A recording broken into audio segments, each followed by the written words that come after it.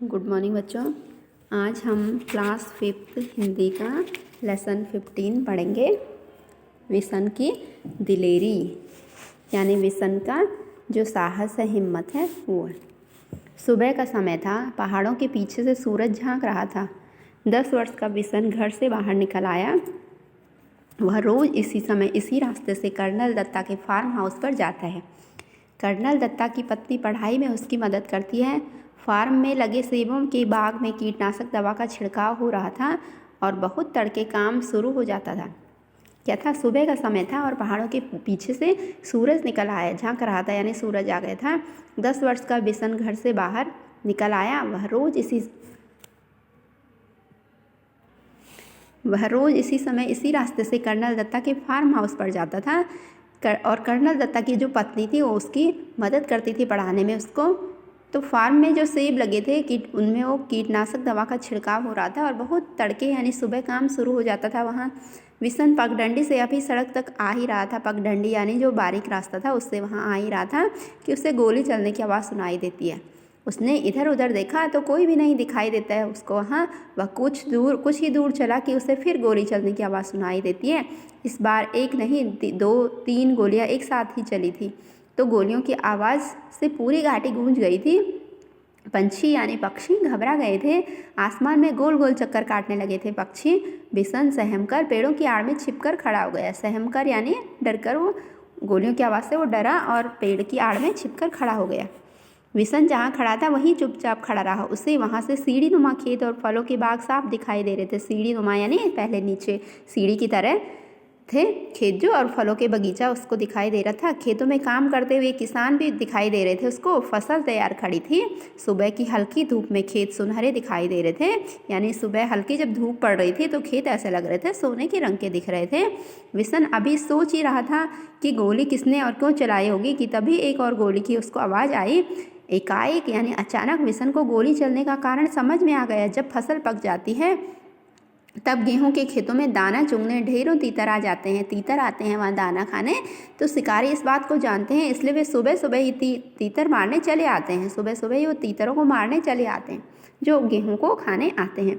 पिछले साल ही शिकारियों ने इसी तरह बहुत से तीतर मारे थे। कुछ तीतर तो वे उठा ले गए, बाकी को वहीं छोड़ गए थे। खेतों को काटते समय किसानों को बहुत से मरे और जख्मी तीतर मिले, यानी किसानों को मिल जाते हैं जो वहाँ छूट जाते हैं गेहूँ या धान के बीच में, वो उनको दिखते हैं किसानों को।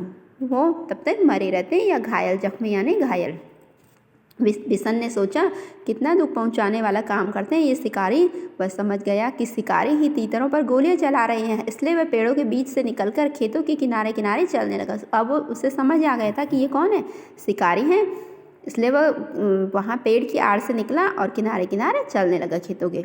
वह चलते चलते सोच रहा था कि इन शिकारियों को सबक सिखाया जाना चाहिए, लेकिन उन्हें सबक कैसे सिखाया जाए उसकी समझ में नहीं आ रहा था। तभी उसके पाँव के पास सरसराहट सी हुई। उसने देखा एक घायल तीतर गेहूं की बालियों के बीच फंसा छटपटा रहा है। उसने देखा, नीचे देखा तो क्या था, वहाँ घायल हो रखा था तीतर, वो छटपटा रहा था। बिशन वहीं घुटने के बल बैठ गया।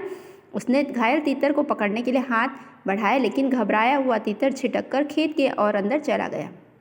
बिशन जानता था कि शिकारी इस तीतर को ढूंढ नहीं पाएंगे और घायल तीतर यहीं तड़प तड़प कर मर जाएगा। उसने स्वेटर उतारा और मौका देखकर तीतर पर डाल दिया।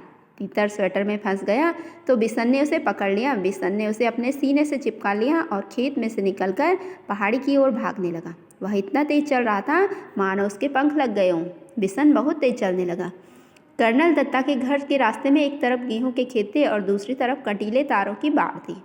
बिशन वैसे ही तो कटीले तारों की बाड़ में से होकर निकल सकता था, परंतु इस समय वह दोनों हाथों में तीतर को पकड़े हुए था। इस समय उसने किसको पकड़ रखा था? तीतर को पकड़ रखा था। तीतर को संभालना बहुत जरूरी था, इसलिए वह खेतों के साथ साथ छिप छिप कर चलने लगा ताकि शिकारी उसे न देख लें। वह खेतों में छिप कर चलने लगा ताकि शिकारी उसको न देख लें कि यह तीतर को ले जा रहा है। वह कुछ ही दूर गया कि पीछे से भारी सी आवाज़ आई, लड़के रुक जा नहीं तो मैं गोली मार दूंगा। पीछे से शिकारी ने आवाज़ दी कि किसी ने आवाज़ दी उसको, लड़के रुक जा नहीं तो मैं गोली मार दूंगा। लेकिन बिशन नहीं रुका, वह चुपचाप चलता रहा। रुकता है या नहीं, वह उस आदमी ने दोबारा चिल्लाकर कहा। तब तक बिशन कटीले तारों के पास आ गया था। उसका दिल तेजी से धड़कने लगा। आगे बढ़ना मुश्किल लग रहा था, लेकिन फिर भी वह रुका नहीं और न ही उसने कोई जवाब दिया। आगे जाना मुश्किल था कटीले तारों से जल्दी जल्दी, लेकिन फिर भी वह रुका नहीं। वह आगे बढ़ता रहा और कोई जवाब नहीं दिया उसने। तभी बिशन को भारी भरकम जूतों की आवाज़ सुनाई देती है, जो तेजी से उसके पास आती जा रही थी। पीछे से आ रहा शिकारी गुस्से में जोर जोर से चिल्ला रहा था, मैं तुझे देख लूँगा, तू मेरा शिकार चुरा कर नहीं ले जा सकता। शिकारी उसको चिल्ला रहा था कि तू मेरा शिकार यानी तीतर को चुरा नहीं ले जा सकता, मैं तुझे पकड़ लूँगा।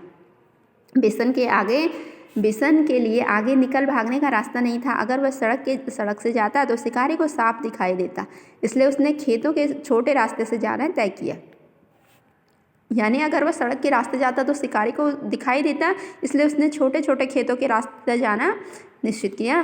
खेतों के आगे के रास्ते में कांटेदार झाड़ियाँ थी। बिशन उसी रास्तों पर घुटनों के बल चलने लगा। बहुत संभल कर चलने पर भी उसके हाथ पांव कांटों की बहुत सी खरोंचे उभर आए। खरोंचे से खून भी निकलने लगा। उसकी कमीज की एक आस्तीन फट भी गई, यानी उस पर खरोंचे लग गई। तारों से खून भी निकलने लगा उससे, और हाथ पांव पर उसके क्या हो गए, कांटों से खरोंचें आ गई थी, उनमें खून निकल रहा था। उसकी कमीज की जो आस्तीन थी वो भी, एक कमीज का जो बाजू होता है वो फट गया था। वह जानता था कि कमीज फटने पर उसे माँ की डांट खानी पड़ेगी, पर बिशन को इस बात का संतोष था कि अब वह एक तीतर की जान बचाने में कामयाब रहा। वो क्या था, उसे पता था कि मम्मी या माँ मुझे डांटेगी, लेकिन वह क्या कर रहा था, एक तीतर को बचा रहा था। वो एक अच्छा काम कर रहा था। झाड़ी से बाहर आकर वह सोचने लगा कि कैसे पहाड़ी के कोने से फिसल कर नीचे पहुंचा जाए, लेकिन उस कोने में घास बहुत ज़्यादा थी और ओस के कारण फिसलन थी। बिशन थक कर वहीं पर किनारे बैठ गया। अभी वह बैठा ही था कि उसे पाँवों की आहट सुनाई दी। फिर पाँवों की आहट सुनाई दी।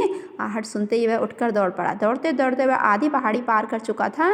उसके कपड़े पसीने से तरबतर हो गए थे, फिर भी वह रुका नहीं और किसी तरह कर्नल दत्ता के फार्म हाउस के पिछवाड़े पहुंच ही गया। पिछवाड़े दरवाज़ा खुला था। उसने ताड़ के पेड़ का सहारा लिया और फार्म हाउस के अंदर पहुंच गया। तीतर को वह बड़ी सावधानी के साथ अपने सीने से लगाए हुए था। अब वहाँ फार्म हाउस तक पहुँच गया था। पसीने से तरबतर हो गया था, क्योंकि वह भाग भाग के जल्दी जल्दी जा रहा था, इसलिए गीला भी हो चुका था, लेकिन किसी तरह वह वहाँ तक पहुँच गया। फार्म हाउस में खामोशी थी। बस रसोई घर से प्रेशर कुकर की सीटी की आवाज़ आ रही थी। खामोशी यानी सन्नाटा था, वहाँ आवाज़ नहीं आ रही थी, लेकिन केवल प्रेशर कुकर की सीटी की आवाज़ आ रही थी। मुर्गियाँ अभी अपने दड़बे में थी और गुलाबचंद सामने का बरामदा साफ कर रहा था। अचानक कर्नल साहब का अल्सेशियन कुत्ता जो जोर जोर से भौंकने लगा। वह किसी अजनबी को देखकर ही इस तरह भौंकता है। बिशन समझ गया कि शिकारी इधर ही आ रहे हैं। कुत्ता उस शिकारी को देखकर भौंकने लगा तो बिशन को समझ आ गया कि शिकारी इधर ही आ रहा है। उसने इधर उधर देखा ताकि वह तीतर को कहीं अच्छी तरह से छिपा सके। एक और शेड के नीचे बहुत सारा कबाड़ पड़ा था, उसी में एक टूटी टोकरी बिशन को दिखाई दी। ये ठीक है सोचते उसने तीतर को टोकरी में रखकर स्वेटर से ढक दिया। घायल तीतर घबराया हुआ था, इसलिए वह चुपचाप पड़ा रहा। तीतर को छुपाने के बाद बिशन ने सोचा कि अब बाहर चलकर देखना चाहिए, पर वह शिकारियों के सामने भी नहीं पड़ना चाहता था, इसलिए उसने छत पर चढ़कर बैठना ठीक समझा। बिना सीढ़ी के छत पर चढ़ना उसके लिए बहुत आसान काम था। वह अक्सर इस शेड को ढलवां छत के सारे ऊपर चढ़ जाता था, यानी वह बिना सीढ़ियों के भी चढ़ जाता था छत में। बिशन लकड़ी के खंभे पर बंदर की तरह छलांग लगाकर लटक गया और ऊपर की ओर खिसकते खिसकते छत पर जा पहुंचा। खपरेल की ढलावदार छत थी, इसलिए वह चिमनी के पीछे छिपकर बैठ गया ताकि वह किसी और को दिखाई न दे, लेकिन वह स्वयं सब कुछ देख सके। उसने देखा कि दो शिकारी इधर ही चले आ रहे हैं। उनको देखकर कर्नल साहब का अल्सेशियन कुत्ता जोर जोर से भौंक रहा है। उसको सामने देखा उसने। वह इस तरह छिपा था कि दूसरों को दिखाई नहीं दे रहा था, लेकिन खुद वह सब कुछ देख रहा था। उसने देखा कि दो शिकारी इधर ही कर्नल साहब की घर की तरफ आ रहे हैं और उनका जो अल्सेशियन कुत्ता है वो जोर जोर से भौंक रहा है। कर्नल ने कुत्ते को डांटा, चुप रहो, पर वह न माना। पिछले दोनों पाँवों पर खड़े हो वह उछल उछल कर भौंकने लगा। वे दोनों शिकारी करीब आ गए तो कर्नल ने रौबदार आवाज़ में पूछा, कौन? जब वो शिकारी वहाँ आ गए तो कर्नल ने पूछा, कौन हो तुम? यहाँ किस लिए आए हो? तो साहब हम शिकारी हैं, यहाँ हर साल यहाँ शिकार के लिए आते हैं। अच्छा, तो तुम ही लोगों की गोलियों की आवाज़ गूंज रही थी सुबह से? हाँ, उन्होंने कहा। जी हाँ, हमारे पास लाइसेंस वाली बंदूकें हैं। सरपंच माधो सिंह भी हमें जानता है।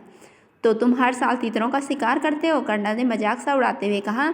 तो उन्होंने कहा, जी हाँ, तीतर भी मार लेते हैं कभी कभी। अभी एक लड़का हमारे शिकार तीतर को लेकर आपके यहाँ छिपा है, हम उसे ही ढूंढ रहे हैं। अच्छा, तुम जो इतने सारे तीतर मारते हो उनका करते क्या हो? कर्नल साहब ने पूछा। सीधी सी बात है साहब, खाते हैं, दूसरे शिकारी ने जवाब दिया। फिर कुछ रुककर बोला, अब तो उस लड़के को ढूंढवा दीजिए साहब, वह इधर ही कहीं छुप गया है। कर्नल दत्ता ने उनकी बात पर कोई ध्यान नहीं दिया और गुस्से में कहा, कैसे हो तुम लोग, हर साल आकर इतने तीतर मार डालते हो, कुछ को खा लेते हो और बाकी को घायल करके यहाँ तड़प तड़प कर मरने के लिए छोड़ जाते हो।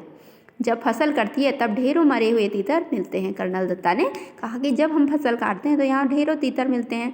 कर्नल दत्ता की बात सुनकर वे दोनों कुछ घबरा गए। उन्हें उम्मीद नहीं थी कि कर्नल इस तरह उन्हें डांट देंगे। कर्नल दत्ता ने उन्हें इतना ही कहकर नहीं छोड़ा, आगे बोले, पक्षियों को मारने और उनसे ज़्यादा उन्हें घायल करके छोड़ जाने में तो तुम्हें कोई बहादुरी नहीं है। अब तुम दोनों यहाँ से जा सकते हो, यहाँ तुम्हारा कोई तीतर वितर नहीं है। आप जाते क्यों नहीं, खड़े क्यों हो? कर्नल दत्ता ने कहा कि पक्षियों को मारने से ज़्यादा उससे ज़्यादा उन्हें घायल करना यानी अच्छी बात नहीं है, उसमें कोई भी बहादुरी नहीं है। तुम यहाँ से जाओ, यहाँ कोई तीतर वितर तुम्हारा नहीं है। विसन चिमनी के पीछे से सब देख और सुन रहा था। वे दोनों शिकारी बिना कुछ बोले मुड़े और वापस चल दिए। कर्नल दत्ता ने गुलाब चंद से दवाई छिड़कने वाली मशीन लाने को कहा। तभी विसन छप्पर के सेट पर होता हुआ नीचे कूद पड़ा। उसने तीतर को उठा लिया और घर से घुसते ही मालकिन को पुकारने लगा, बहू जी जल्दी आइए, यह बहुत जख्मी है, आकर इसे देखिए। बिसन की आवाज़ सुनकर कर्नल दत्ता भी अंदर पहुँचे और बोले, अच्छा तो तीतर चुराने वाला लड़का तू ही था, क्या करता बाबूजी, इसे बहुत चोट लगी है, अगर मैं न लाता तो यह मर जाता। बिसन ने कहा कि बाबूजी अगर मैं इस तीतर को न लाता तो ये मर जाता, अब तू इसका क्या करेगा? इसे पालूंगा बाबूजी, बिसन ने कहा। कर्नल दत्ता मुस्कुरा दिए। उन्होंने घायल तीतर को देखा, उसका एक पंख टूट गया था, अब शायद ही वह उड़ सके। जाओ दवाइयों का बक्सा लेकर आओ। विसन दौड़कर बक्सा ले आया। कर्नल दत्ता ने तीतर के पैरों का जख्म साफ किया, फिर दवाई लगा दी, पंख को फैलाकर टेप लगा दिया ताकि वह ज़्यादा हिले डुले नहीं। फिर उन्होंने विसन से कहा, विसन अगर तुम इसे गेंदे के पत्तों का रस दिन में 2-3 बार पिलाओगे तो ये जल्दी ठीक हो जाएगा। तब तक बहूजी एक कटोरे में दलिया ले आई और तीतर को दलिया खिलाते हुए बोली, इसे रोज़ दलिया भी खिलाना विसन, तीतर को दलिया बहुत पसंद होता है। तब तो यह विसन के पीछे पीछे ही घूमता रहेगा, कर्नल ने हंसते हुए कहा। अच्छा विसन, तुम जानते हो तीतर कैसे बोलता है? बहूजी ने पूछा। विसन ने अपने हाथों को मुंह पर रखकर तीतर की आवाज़ निकाली, quack quack quack.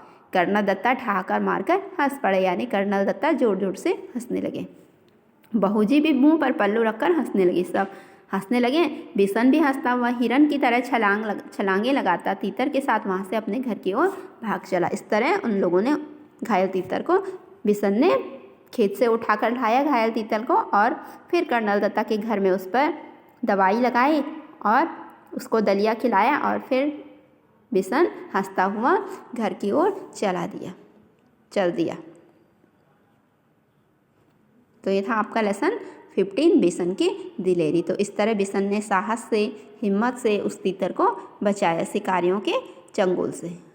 Okay, thank you.